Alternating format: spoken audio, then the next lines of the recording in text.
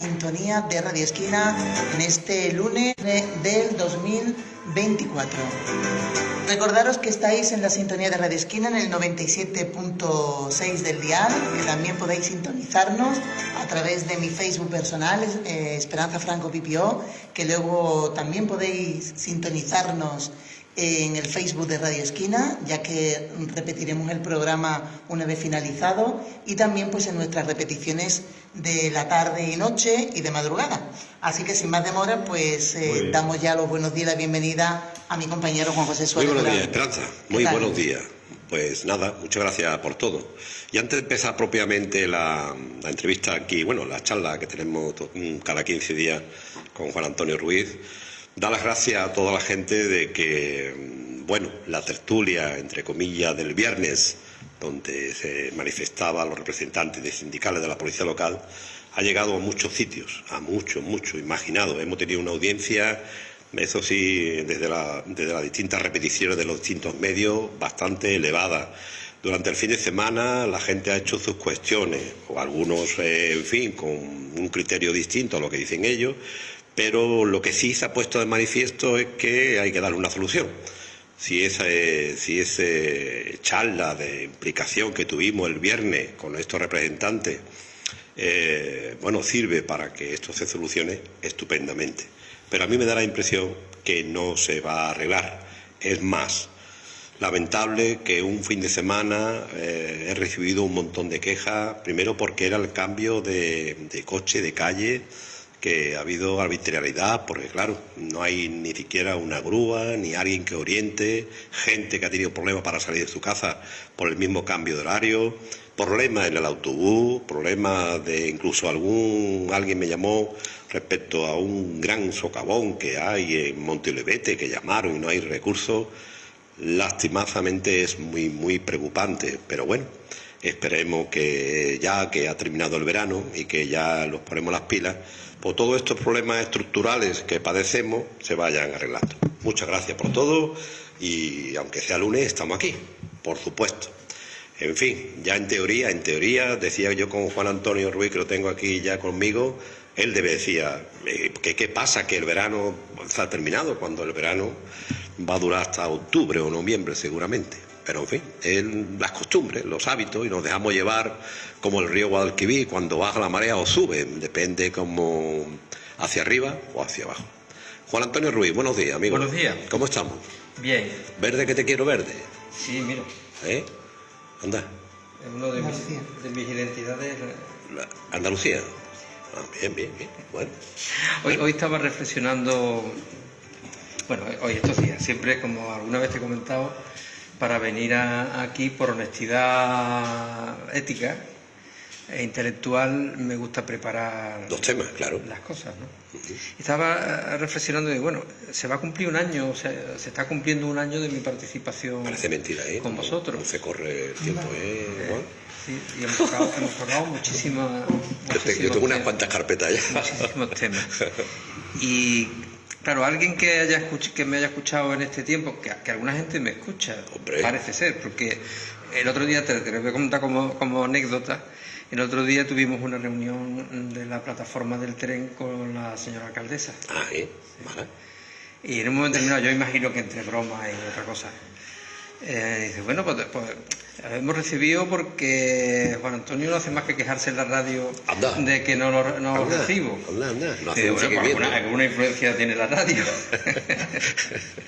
Pues eso es bueno, ¿verdad? Sí. ¿No? Y entre otras cosas es muy curioso porque asumió como propio una propuesta que hicimos desde aquí. Que una propuesta personal, que no era una cosa que se haya debatido en la plataforma, que era que si al final se plantea el desdoble de la carretera que une la cabeza con la costa, pues que peleen nuestros alcaldes y nuestras alcaldesas, porque a la vez que se amplía la plataforma para desdoblar la carretera, se amplía la plataforma para la primera fase del tren. Y entonces pues hizo suya esa propuesta, ¿no? Lo cual me resultó agradable. ¿Y hay perspectivas buenas? Bueno, lo que nos comentó en la reunión es que a través de su grupo político en el Parlamento del Estado, en el Congreso de los Diputados, se ha hecho alguna iniciativa para que se incluya en los presupuestos generales del Estado próximo, que se puedan aprobar, que está la cosa muy complicada. Se incluye el estudio de viabilidad, que es el primer paso para cualquier proyecto, ver si económicamente y socialmente es viable, es decir, si es necesario aumentar nuestra infraestructura de transporte y si, comparado con otros elementos económicos, es viable la inversión que hay que hacer. Bueno, a ver si se implica todos los que dijeron que sí, ¿no? Sí, ahora tenemos la semana que viene, esta semana que comienza, una reunión de la plataforma del tren para ver un poquito, bueno, qué hacemos, ¿no?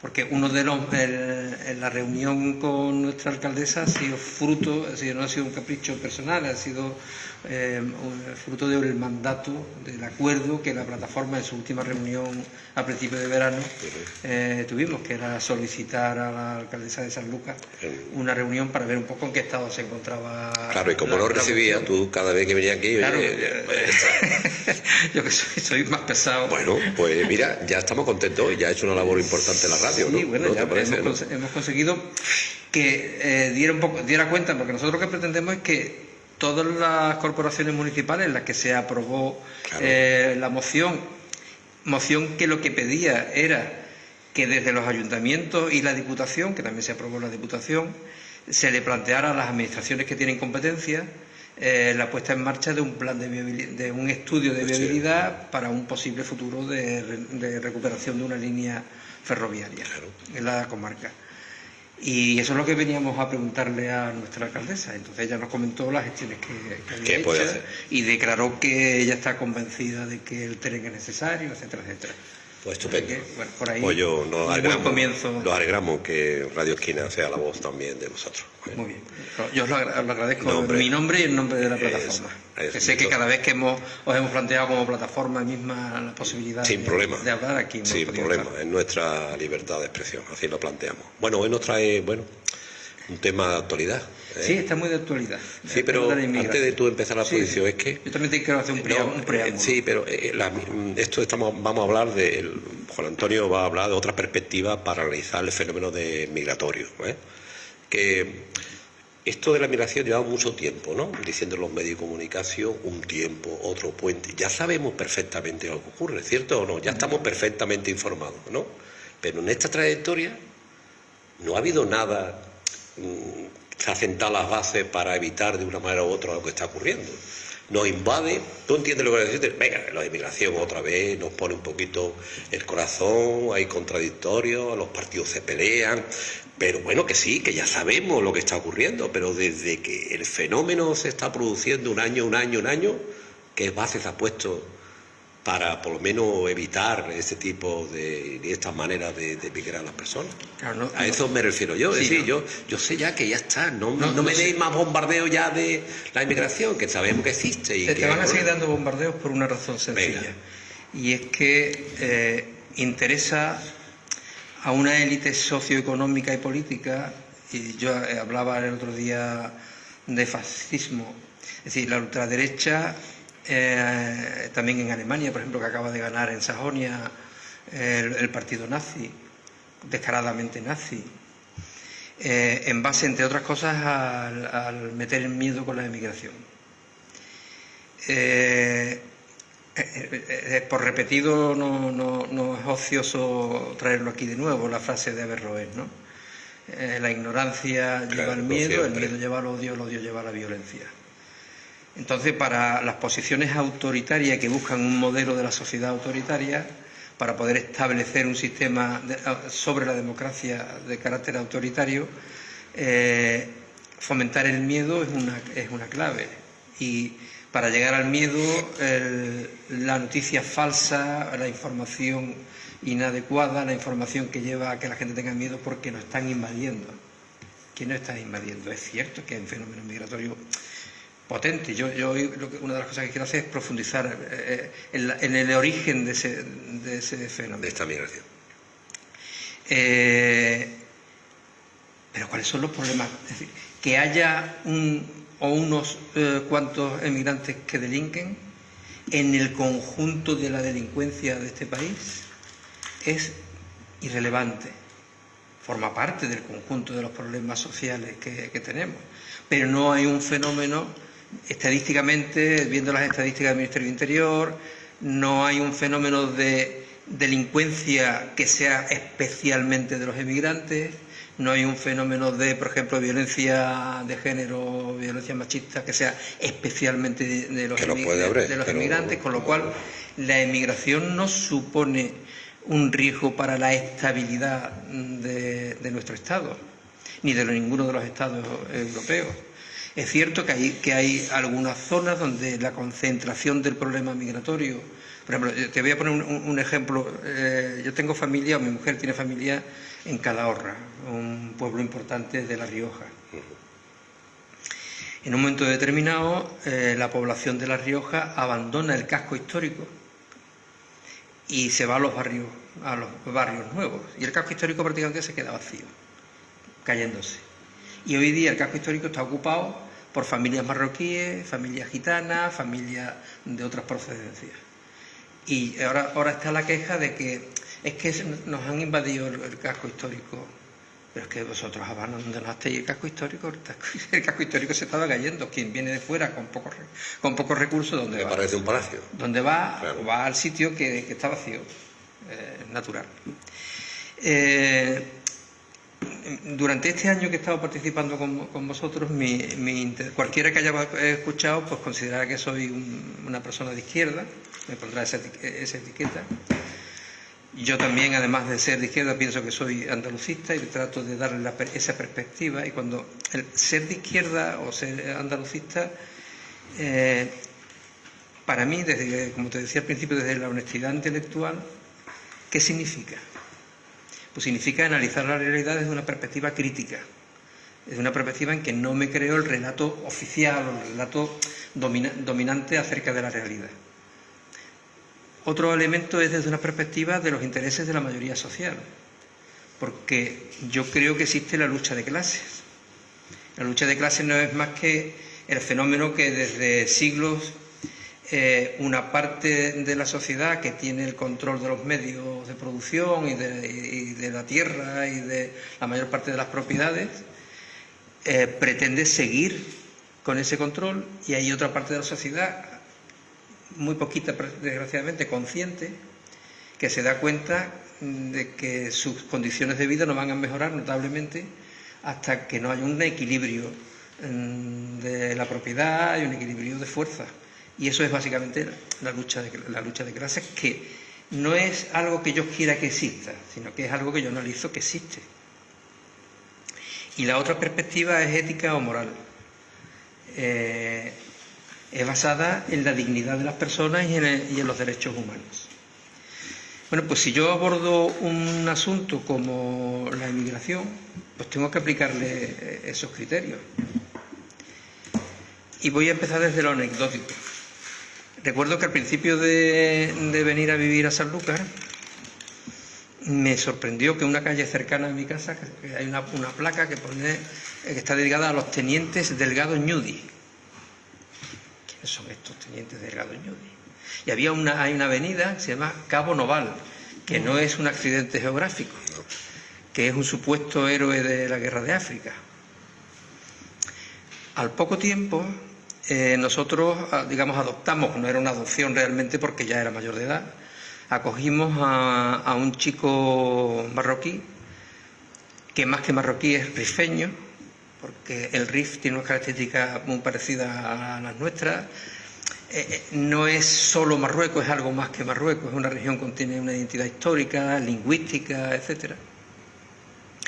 Y resulta que en determinadas ocasiones, cuando hay una cosa nueva en mi vida, investigo. Y investigué acerca del Rif, cuando este chico, que además al principio con dificultad lingüística, pero nos explicaba cuál era la realidad de donde él venía. Y la realidad de la relación de su gente, de su pueblo, con el poder de Marruecos, con el rey de Marruecos, con los abusos, los abusos de autoridad económica y de todo tipo, ¿no? Y enlazo ambas cosas, el Rif, la guerra de África, los héroes, desde la perspectiva historicista nacionalista española, estos son héroes que murieron por lo malos que fueron o lo traidores que fueron los rifeños. ¿Cuál es el origen de aquella guerra de África? Pues que en las montañas del Rif hay minas de hierro. Y nuestras élites socioeconómicas españolas pusieron el ojo en las minas de hierro del Rif. Y en un contexto en el que Europa se estaba repartiendo el continente africano, España estaba en decadencia porque estaba perdiendo las colonias americanas, en la negociación que hay entre Inglaterra y Francia, que Francia quería dominar todo el norte de África, y de hecho gran parte de Marruecos y Argelia en el norte de África, luego dominó gran parte también del centro de África. Inglaterra pone la condición para aceptar ese reparto de que para que Francia no pudiera tener todo el dominio, a España se le diera un trocito, que si era de colchón, ¿no? Y a España pues le venía bien porque era como recuperar el espíritu imperial, ¿no?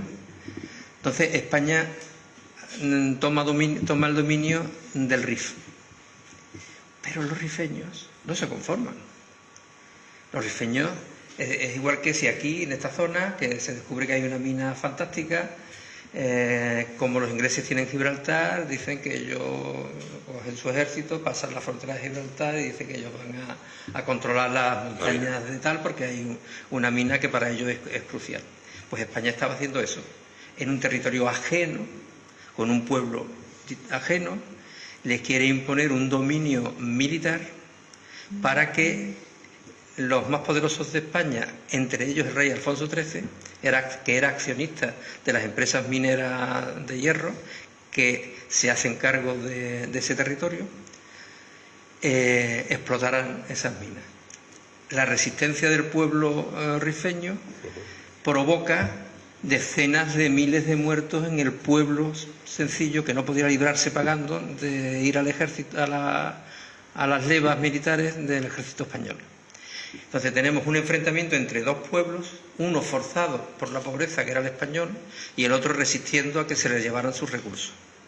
De hecho, hay un líder, que ese sí que es un auténtico héroe para mí, que era Abdelkrim, el Jatabi. Abdelkrim era el líder de los rifeños, que llega a proclamar una república, la República del Rif, en los años 20 del siglo pasado.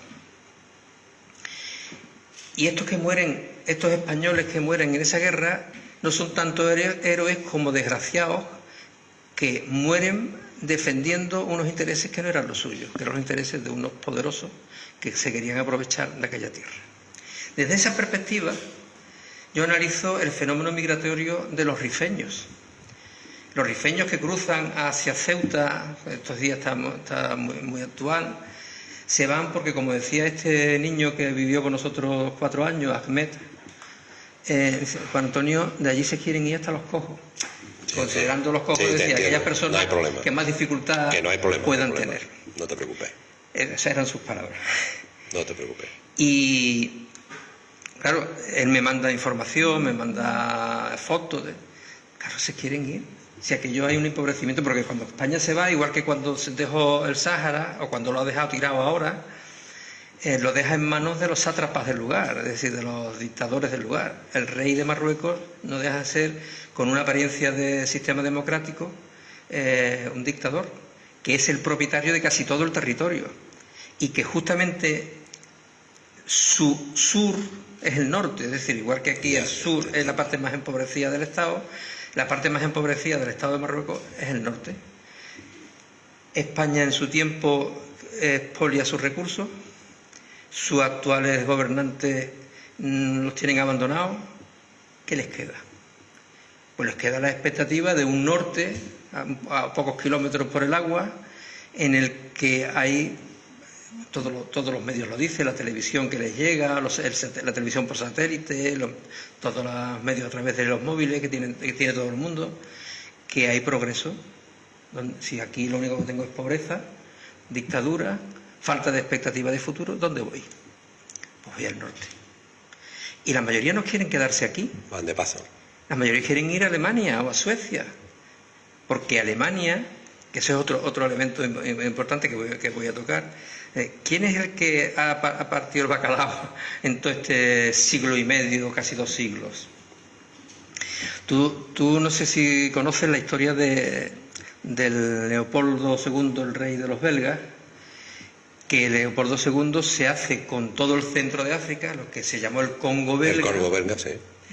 Y produce un genocidio para poder explotar masivamente los recursos naturales del Congo, el cacao. Ellos se convierten en los líderes del chocolate, los belgas, porque el expolio de los recursos naturales que tenían que hacer al menor coste posible, por lo tanto con esclavitud. Toda la oposición que encontraban de la población de la zona era reprimida con extrema violencia. De modo que son famosos, y lo encuentra uno en cualquier sitio en internet si buscas, las decenas de miles e incluso se habla de millones de muertos por la represión y por la explotación del rey de los belgas. ¿Quién era el rey de los belgas? Bélgica en el siglo XIX se independiza de Holanda.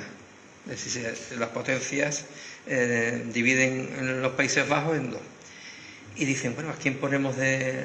Hay que hacer una monarquía, eso de república también en esa zona sonaba extraño. Pues vamos a hacer una monarquía, ¿y dónde buscamos al monarca? Pues en una casa ducal del centro de Alemania. El rey Leopoldo es un alemán que es puesto como rey de los belgas. Pero cuando lo mismo sucede en Grecia, Grecia se independiza por la acción de las potencias europeas de Turquía. No vamos a hacer una república, que eso es mucha democracia. Crean una nueva monarquía, de la cual es parte nuestra reina emérita, que no son griegos, que son alemanes, es una mezcla dinástica de Alemania y de Dinamarca. Imponen un rey alemán en Grecia, y esa dinastía siempre están en contacto con su familia de Centro Europa. No son realmente griegos, no responden a los intereses de los griegos, nunca respondían a los intereses de los griegos. Entonces, ellos siempre procuraron el control de los recursos allí donde estaban. Estoy hablando de Alemania, ¿no? Y de sus distintos brazos. De manera que entre la dinastía británica es también emparentada con la dinastía alemana, la dinastía rusa está emparentada con la dinastía alemana, la dinastía española a través de la dinastía, primero la británica, con la primera esposa de Alfonso XIII, y con la actual, siempre han estado emparentados. Y ellos han procurado siempre el dominio de los recursos naturales de toda África. De manera que entre finales del XIX y principios del XX, África es dividida entre Francia, Alemania, Inglaterra, un poquito para España, arriba en el Rif y en el Golfo de Guinea, algún puntito, y Italia, que también había que darle algo, y se hace cargo de parte de Libia, de Abisinia. Todo para extraer los recursos.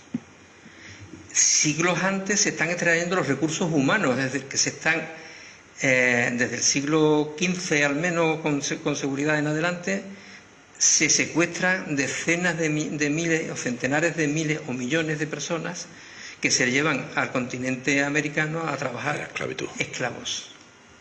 Con toda esa historia, ¿no nos parece natural que después de haber expoliado y estar expoliando actualmente todos sus recursos naturales, sus recursos humanos, y que políticamente las potencias europeas y occidentales dividieron aquello de tal modo que es un modo artificial que ha provocado guerras internas continuamente, y que han puesto dirigentes que cuando se han salido de madre se han encargado de cambiarlos y de que vuelvan a ser dirigentes que faciliten el expolio económico del continente? ¿De qué nos extrañamos que quieran salir de allí si no hay expectativas, ni políticamente, ni económicamente, ni educativa? Y ahora con una crisis climática que en buena parte del continente está afectando de forma muy importante, porque la desertificación cada vez mayor. Bueno, la contaminación brutal de la zona de los Grandes Lagos hace casi inviable la vida en la zona. ¿De qué nos extrañamos? Es verdad que esa no es quizás tu responsabilidad y la mía, pero es la responsabilidad de las élites económicas, que hoy son la mayoría descendientes de aquellos que empezaron ese expolio. Por ejemplo, en España, algunos de los capitales más importantes, y sobre todo en Cataluña, se enriquecieron a partir del tráfico de esclavos del siglo XIX. Si gran parte del bienestar, entre comillas, que una parte de la población en esta zona del planeta viene del expolio barato de recursos personales y humanos y de recursos materiales que son expoliados en esa zona, ¿a quién tenemos que exigirle paliar este problema? Tenemos que ir a que todos aquellos que tanto beneficio han sacado tienen que reinvertir. Para que no salgan de allí masivamente, de esa manera tiene que haber desarrollo allí. Y el desarrollo, con escasez de recursos económicos y con estados, la mayor parte de ellos estados que no funcionan, como nosotros entendemos que debe funcionar un estado democrático, la única posibilidad es capacidad de autonomía de estados democráticos que funcionen, fomentar eso y no fomentar a dictadores, y una política de reinversión, de retorno de capitales desde aquellos sitios donde se han beneficiado históricamente durante siglos del expolio de aquellos territorios, para que haya suficiente desarrollo para que no tengas que salir obligatoriamente. Porque la emigración es un fenómeno general, es decir, la gente tiene derechos y la Carta de los Derechos Humanos reconoce el derecho de todos los seres humanos a migrar. Es decir, tú quieres progresar, quieres mejorar, quieres estudiar, quieres desarrollarte, tienes derecho a moverte de un país a otro. De hecho, por ejemplo, en África, que las fronteras son mucho más líquidas que aquí, es decir, no hay fronteras tan militarizadas como las fronteras del norte respecto al sur. Es decir, en Europa apenas hay fronteras, pero en el sur hay una frontera muy seria en la que mueren, el año pasado creo que han muerto unas 2.000 personas que se haya contabilizado. Pues hacer posible esa transferencia, porque nosotros, se dice continuamente que estamos desertizados humanamente. España y gran parte de Europa no puede tener desarrollo económico futuro si no tiene inmigración. Claro. Bueno, pues vamos a ordenarla.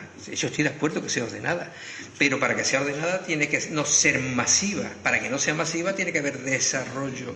Y la gente la mayor parte de la gente prefiere quedarse en el sitio donde nació.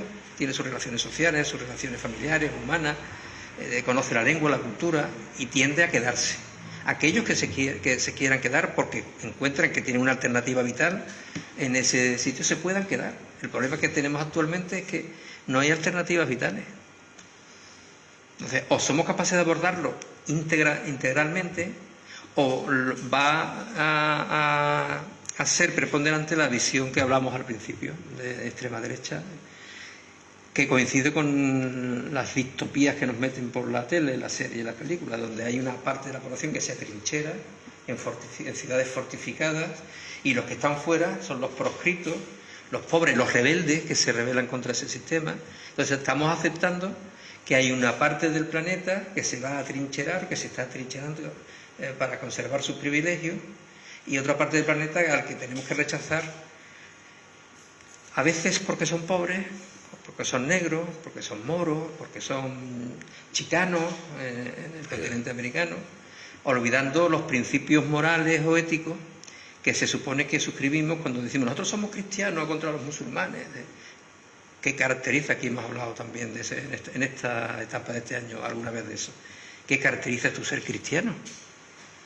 Si dice Jesús en un momento determinado que cada vez que acogiste a un extranjero, me acogiste a mí, por ejemplo.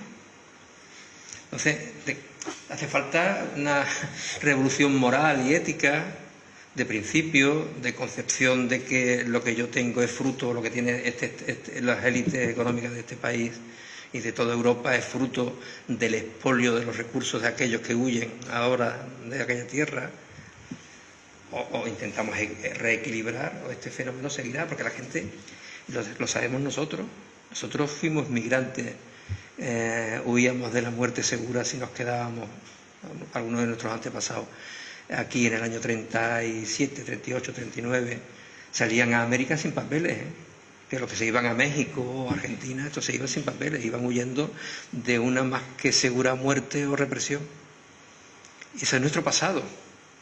O nuestro pasado, los años primeros de los años 60, donde mi padre emigró, pero muchos de mi familia, mi antepasado, migraron a Cataluña, al País Vasco, a Alemania, a Bélgica, a Suiza.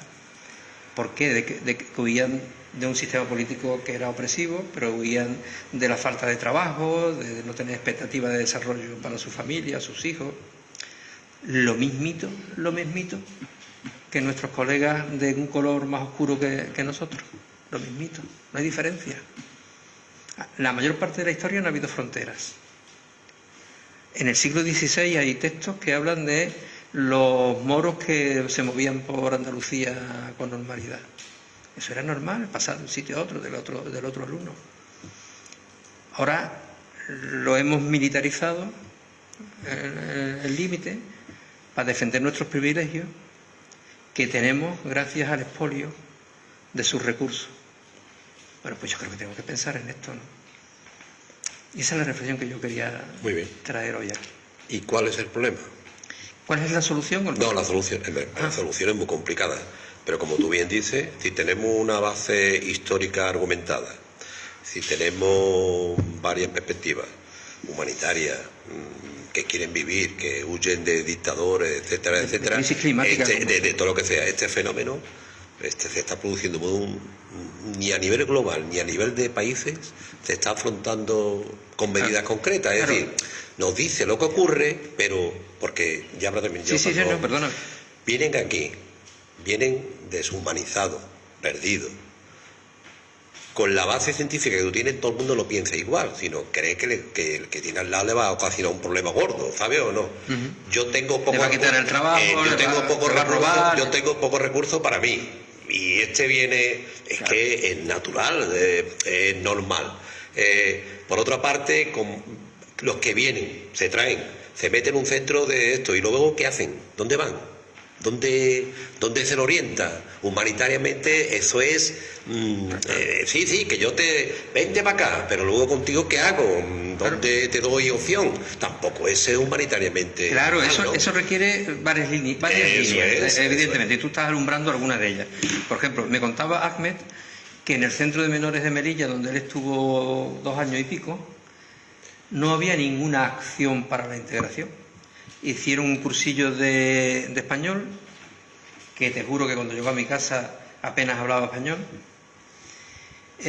Los tenían, salían por la mañana a las calles de Melilla y allí pues algunos a esnifar, algunos a beber, porque no había... Crean problemas sociales. Montones de horas tirados en la calle como perros. En el contexto crean problemas sociales, entonces, problemas ellos están mal. La acción de los centros de menores tiene que ser de integración, es decir, de formación, de conocimiento del lugar donde llegan, de formación profesional. Si tenemos claro que hay determinados sectores para los que no se encuentra gente para trabajar, vamos a formarlo. Lo primero que hicimos en la asociación esta que yo participaba cuando Ahmed estuvo con nosotros es negociar con empresarios de la fresa de Huelva, y se colocaron centenares de chavales. Se colocaron trabajando en la fresa, y luego cada cual pues fue integrándose de un modo u otro. Este chico Ahmed estuvo trabajando en el puerto de Bonanza, en una de las pescaderías. Pero ya le damos aire, le da un poco de aire. Trabajó de albañil, trabajó de camarero. Si cada una de si cada familia en determinados sitios tuviese una pequeña acción solidaria, mucha de esta gente se integraban, resolvían gran parte de nuestra papeleta económica, de las cotizaciones que para jubilarse mucha gente van a tener necesidad de cotizaciones. Es decir, es un fenómeno que puede producir muchísima riqueza en el país. Sin embargo, se ve desde la perspectiva del riesgo, del peligro, del miedo. e interesa provocar esa perspectiva, y nuestros gobiernos no actúan en la perspectiva contraria, que es lo que tú muchas veces planteas. Es decir, en los centros de menores, en los centros de extranjeros, en los consulados, en vez de rechazo y la dilación continua a los procesos administrativos que conlleva la petición de asilo, por ejemplo, pues tramitar, dedicar recursos a tramitar y a decir, te ofrezco, tú que vienes de un país en guerra, te ofrezco, tengo posibilidades. En la comarca de tal que hay un déficit de población trabajadora en el campo, te ofrezco que te vayas para allá. Ese tipo de recolocación, pero después, más allá del Estado español, es que este es un problema de toda Europa y de todo el norte, claro, pero tampoco, que es la que se ha beneficiado de expoliar su territorio a lo largo de siglos y de provocar la situación de empobrecimiento que estos países tienen, que es la causa por la que ellos se ven obligados a salir. Siempre, en la humanidad, siempre va a haber un porcentaje de gente que quiere salir a otro sitio. Claro. Esa es la emigración normal. Pero la emigración, cuando se convierte en un fenómeno más masivo, es porque hay una causa. Analicemos la causa, y la causa es que en esos países no se puede vivir.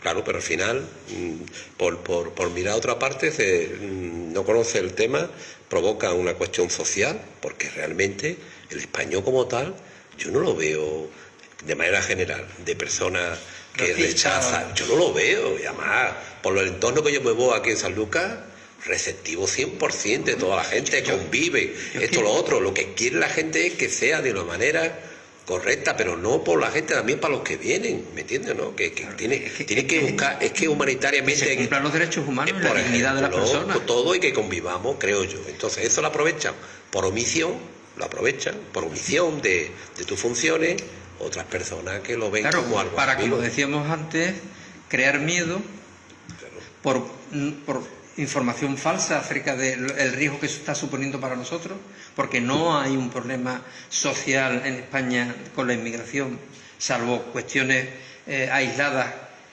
Pues el otro día, ¿recuerdas el chico este que apuñalaron en un pueblo de Toledo, me parece que fue? Donde lo primero que salió es una noticia de que había sido un moro el que había apuñalado. Al final es un chico español que tenía problemas mentales, parece ser. Claro. Pero lo primero es aliento a la xenofobia, habrá, Juan, el racismo y la xenofobia. Dentro de la migración habrá gente que no se comporta como dentro de los que tienen el DNI español. Y habrá un hijo de tu madre, como todos los... Pero no es un problema social realmente en este momento. No está creando problemas de violencia generalizada, de riesgo para la población autóctona, por decirlo de algún modo. Eso no existe. Eso se alienta a ese miedo para, con ese miedo, alentar por lo que ha sucedido.